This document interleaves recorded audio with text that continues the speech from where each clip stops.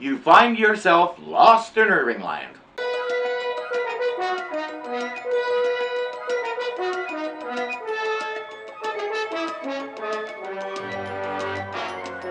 It's late at night, such as there is such a thing when you're hurtling through space, and most everyone is asleep.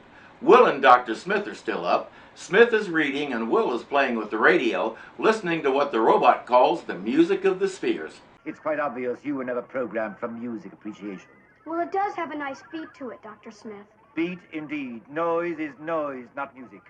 The next thing I know, you two will be turning this place into the galaxy of go-go or some such nonsense. Gotta love those enduring, timeless 60s pop culture references. Now either turn it off or tune into another star cluster that's more melodious. Will starts tuning it but comes upon something they didn't expect, actual communication. Attention! Spaceship now approaching Quadrant 6. Can you hear us? Attention! Yes, Can you hear us? Maybe we shouldn't, Dr. Smith. You know what Dad says about contacting aliens. Naturally, Smith overrules him and responds. That thing they're standing in front of is a universal translator of some kind. Will built it in his spare time out of leftover parts from the last time they encountered Robbie the robot and a lot of masking tape. What is your basic language structure? We use the basic English alphabet, 26 letters, 5 vowels, 21 consonants. I'm sure that tells them everything they need to know about things like word order, verb tenses, noun numbers, as well as vocabulary. Amazing how much useless information you can pack into such meaningless words.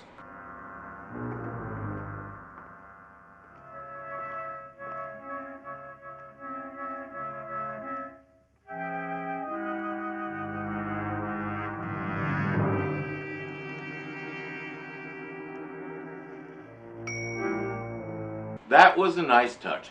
They have a simple question. Is there a doctor in the house? Someone there must be awfully sick. Well, there's nothing we can do about it. Repeat, is there a doctor aboard your ship? Turn it off. There will be riches Wait. beyond measure. You had him at riches.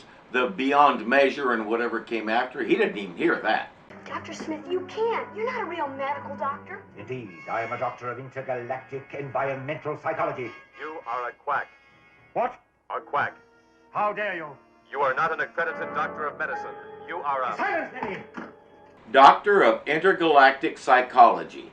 In the first episode, he was the crew's flight surgeon, which means he was a real doctor. We had footage of him examining the various family members and lots of other medical type stuff, but maybe space madness made them all forget that part. Yeah, that's it. Space madness. It even affects robots. Prove me wrong. Tomorrow we shall wake up 1,000 light years from here with a whole new galaxy before us. Oh dear, I'm completely exhausted. I think we should all have a nice little rest. But Dr. Come along, William. It's surely past your bedtime. By the way, the Jupiter 2 also has an escape pod now. Will built that too. He stole the parts for it from this guy. On, off, in, out. Number 1, 2, 3, 4. Oh, good heavens, it's very complicated. I shall never manage it. You are off limits. No one is allowed here except Professor Robinson and the Major. It's not off limits to me. Surely you don't suggest that your rules apply to me. How dare you, sir? The robot knows what Smith is doing and why. He also senses danger and says, "You're not going." I must think of all the riches. Think of all the good I could do there. Repeat, I compute danger. There's no danger. There are just people who need me. Now get out of my way, you lily-livered lump!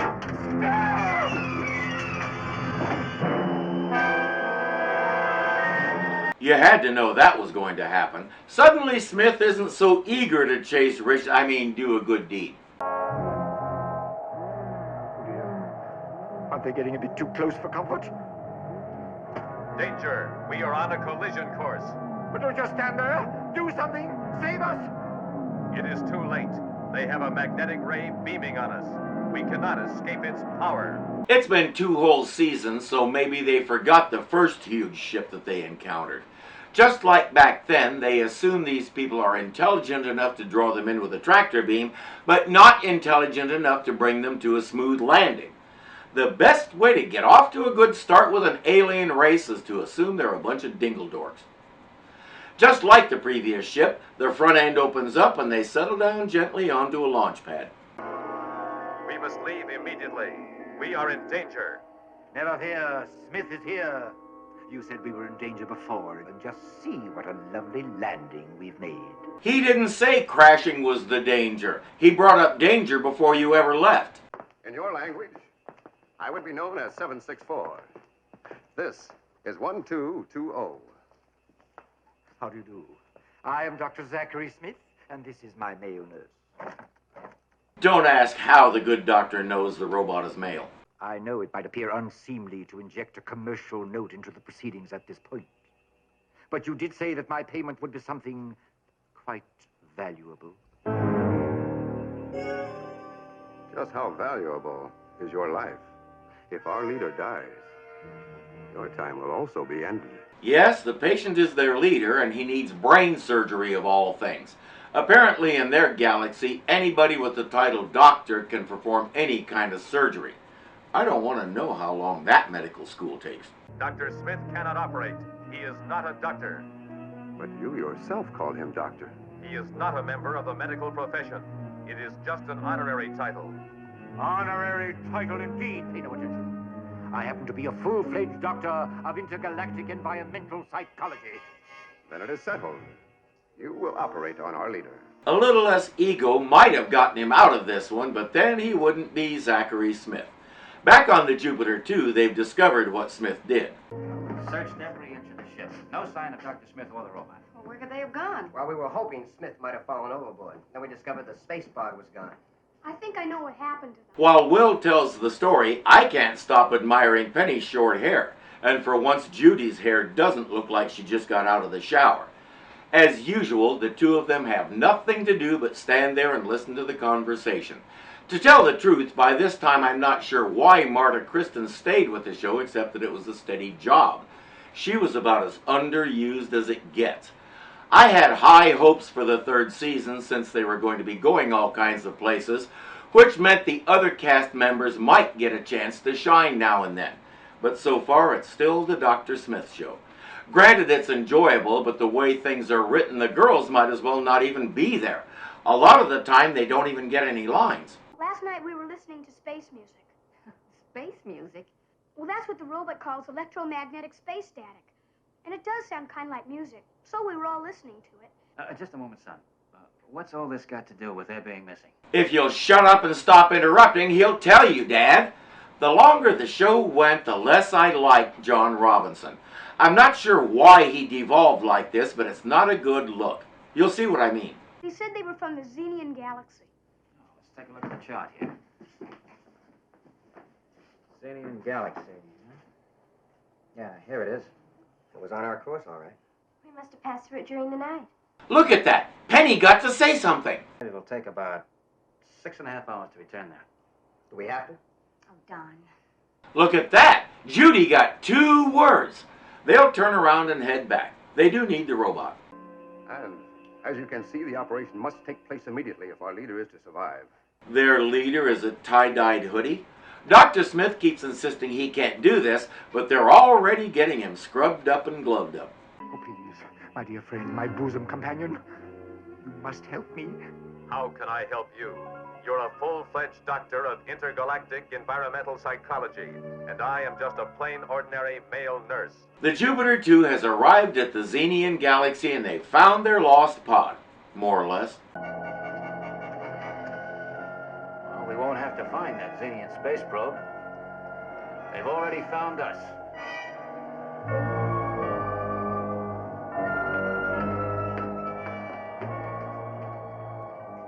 Look how big it is. I've never seen a spaceship that big in my life. Oh, you have too. Does nobody remember the second episode, the electric fuzzballs that Smith woke up and started a war with? In fact, this may be the same ship with a new coat of paint and a couple of additional doodads. Xenian space probe. This is the Earth ship Jupiter 2. Come in if you read me. Xenian space probe. Answer immediately if you read me. Try saying please. Maybe use a more friendly tone of voice. Perhaps request rather than demand, since for you it's a first contact situation.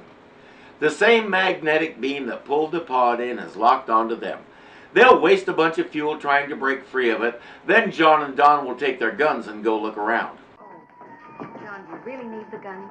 From what Will said, the robot and Dr. Smith are in there of their own accord. Well, maybe they have it. We're not. In essence, you are. The only difference is the locals probably did a better job of landing your ship inside there than you would have. They come out with guns drawn and wonder why they don't see any people. I really wish that was one of my dumb jokes and not the actual scene.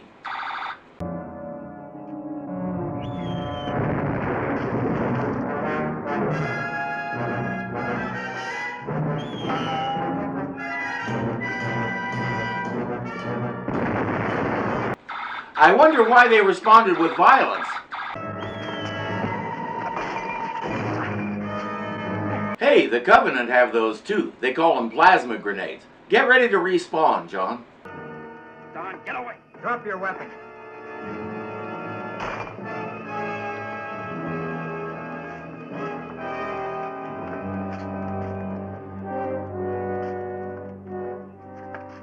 Oh, that's how you do that. Cover your hand in silver paint first. We've come in peace. So I see. We were just trying to defend ourselves. The eternal cry. That's why the first time you spoke to them you used a commanding tone, right? Because you come in peace. This is what I mean about the change in John. He's colder, a lot more demanding and gruff, almost edgy. How long's it been since he changed his underwear? Maybe he's chafing. Now their lives depend on Dr. Smith doing real doctor stuff too.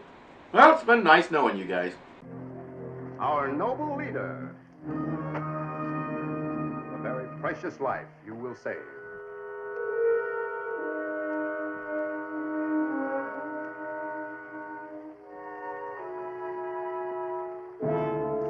Their leader is a giant clock, and by Smith's watch he's about 5 minutes slow.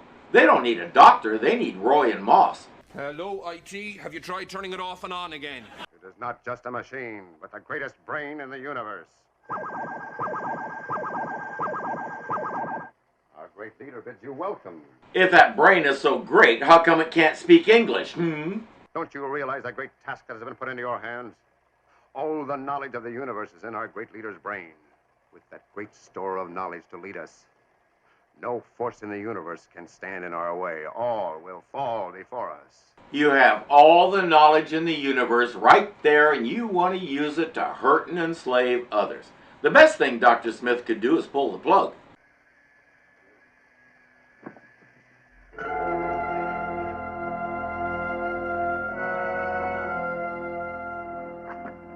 But I said I would do it. Maybe he did pull the plug, or somebody did. They're all frozen in place, and they don't start moving again until the clock does. Now you see why we will be invincible. Our leader's heart is our hearts. By the time they realized the flaw in that design, it was too late. The robot had pulled the plug, they all stopped moving, and the crew just packed up and left. After Will grabbed a few parts to make them, I think it was a food replicator or something. You know kids like him, they always have a project of some kind going. I can't do it! Come back! Come back! Oddly enough, the robot does something and the leader feels better.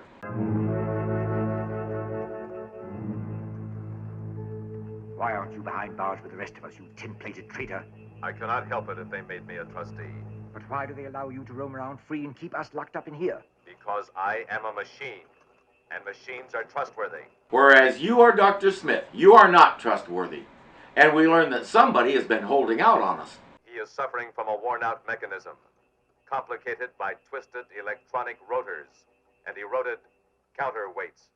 Well, that sounds like a very professional diagnosis. I was programmed in pre-med courses for 2 semesters at the Institute of Cybernetics. I was first in my class. He could have saved everybody a lot of grief, to say nothing of imprisonment, if he had mentioned that earlier. He's the one qualified to do this operation.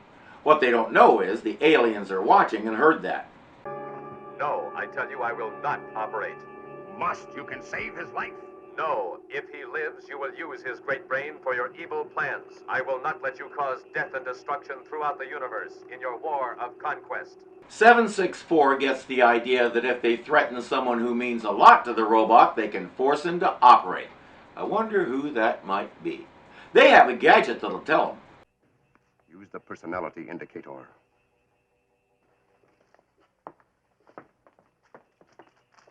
The indicator will reveal which one of your party is closest to you. It'll also degauss your TV screen. I can't say with absolute certainty, but I think that thing is a demagnetizing wand. Early color TV sets were prone to the screen developing a magnetic charge, which threw the color way off. To correct it, you had to have one of those things, plugged into the wall for power, of course, with a cord that was always about 4 inches too short, and essentially rub it over the screen. My oldest sister and her husband got the first color TV in our family group, and the first time we went over to watch it, her husband was degaussing the screen with that thing about every 2 minutes. When he did that, he would have to adjust the color balance all over again so little Joe Cartwright's hair wasn't purple. At 9 years old, I remember thinking something along the lines of, life's too short for this. About 2 years later, my parents bought a color set after manufacturers had fixed that little problem. It's like any product from Micro, you know who I mean. Do not buy the first release. Wait until at least the first service pack. Second service pack is better. Funny thing about that wand, though, it never told me who my parents' favorite kid was. We watched them sneak onto the ship while everyone is asleep and locate Will. Except they're not as sneaky as they thought they were. Do not call out. You will only endanger the others on this ship if you do. Who are you? Yes, that's a good question. Who are you? What are you doing here? Have you noticed those clocks they're wearing on their belts? I wonder what they do.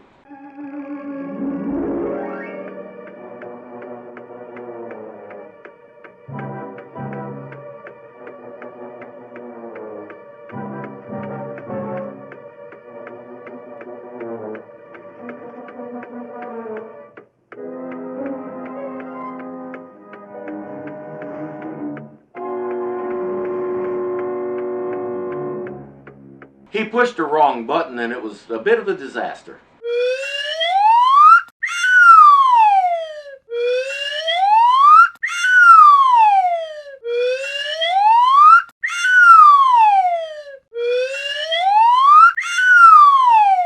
"764 says, come with us or we destroy them all. Will goes with them.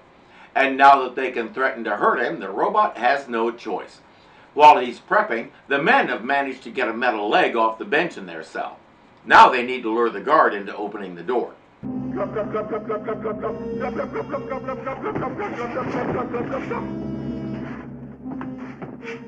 got space plague. If he's not treated fast, it could spread all over the ship.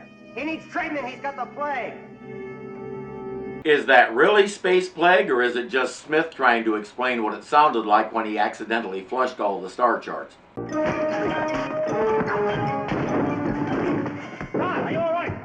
Come on!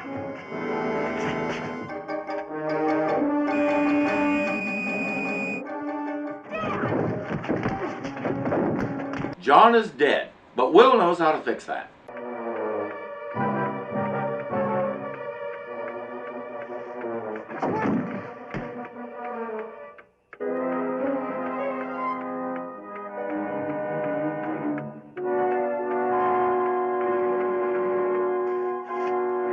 John isn't sure what happened or how, but for now he'll just go with it.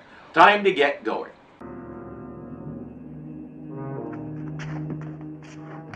Aren't you coming, Dr. Smith? In a moment, William. But first, I must figure this out. He says, they promised me infinite wealth. This is what they meant. They want me to have the secret of controlling time. Will heads off, and Smith is going to do something really dumb. And so is our show.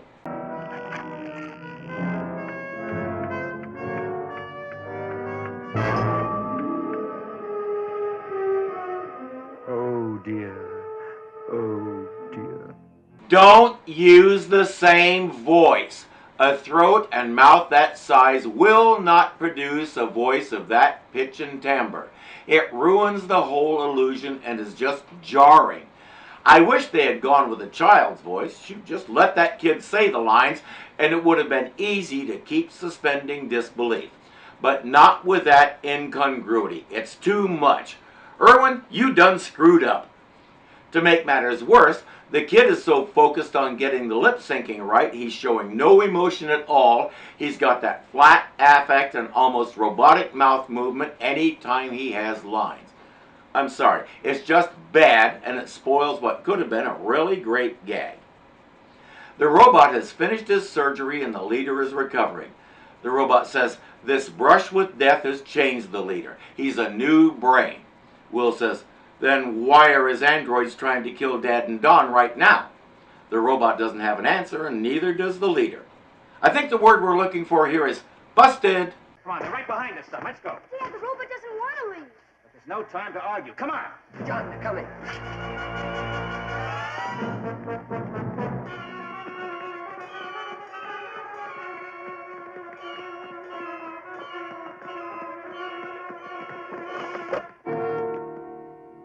I kept telling him to do that. I guess I shouldn't be surprised that Will's the one who finally listened.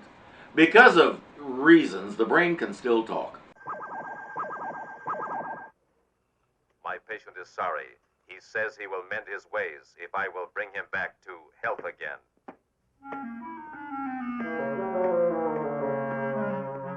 It's time to make a deal. The robot can finish repairing the leader if the leader will restore Dr. Smith. Everyone has to agree that even he doesn't deserve to have to go through childhood and puberty twice. The brain says, "Fine, fix me and I'll fix him." John says, "No deal, Smith first." The brain tries to hold out, but he has a lot more to lose than they do. My patient has agreed. He will reform in all ways if you will only let me bring him back to full health and vigor. Stand over there, child.